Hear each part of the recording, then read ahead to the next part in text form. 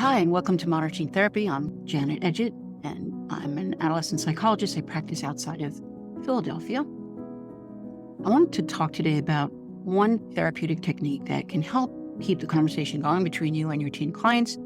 And I refer to it as unhitching the act of talking about problems from having to fix them.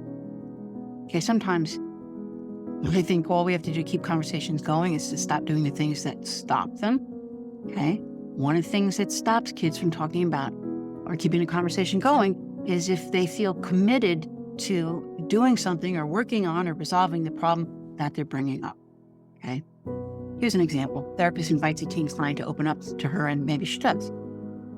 At the first mention of a problem that the girl's having, the therapist makes a mistake of making that the hard focus of attention.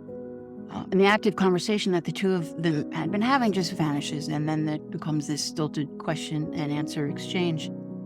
Unfortunately, this therapist had assumed that the client had brought up her problem in order to get help for it, and she hadn't. So it's kind of like I think we have to remember that, especially if there's a dry spell, there's not a lot coming forward, and suddenly the client brings forward some material and you're eager to help them with it or talk more about it. And we can get grabby, it's like, oh, okay, and you go for it. And then the kid gets territorial. It's like, get your hands off my problem. It's mine. Like, I'm not ready to do anything about it. I just wanted to talk about it.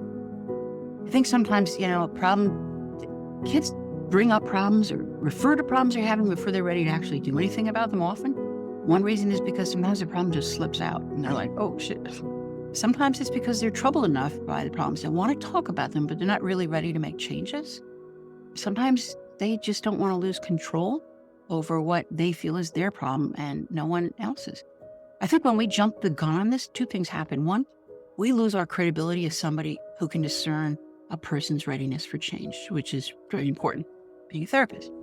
And number two, I think we lose the quality of restraint or temperance in our work, and we make it urgent and more about what we need to have happen than what the client is ready to have happen. But I think when we're patient, when we show reserve, we're telling our clients this: look, I don't have an agenda separate from one you might have.